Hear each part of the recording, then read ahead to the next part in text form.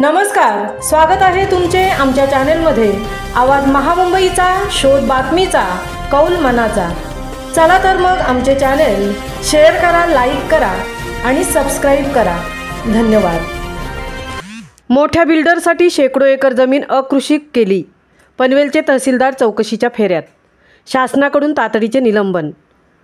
पनवेलच्या तहसीलदारांना सरकारी नियमांकडे दुर्लक्ष करून मे marathon Panvel infrastructure private limited या खाजगी कंपनीची वारदोली पोयंजे भिंगारवाडी भिंगार पाली बुद्रुक भेरले या गावामधील सुमारे 112 एकर जमीन अकृषक केल्यामुळे घरी बसण्याची वेळ आली आहे।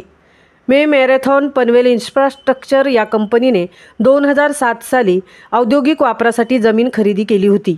2022 पर्यंत म्हणजे 15 वर्षात या जमिनीचा वापर औद्योगिक कारणांसाठी होणे अपेक्षित होते, मात्र तसे झाले नाही।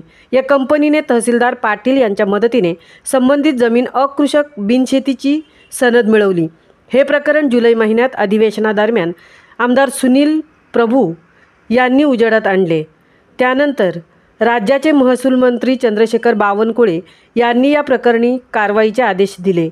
यापूर्वीही मे मॅरेथॉन पनवेल इन्फ्रास्ट्रक्चर या कंपनीने संबंधित जमीन अकृषक करण्याचे प्रयत्न महसूल विभागात केले, मात्र यापूर्वीच्या तहसीलदारांनी या कंपनीच्या एजंटांना उभे केले नव्हते।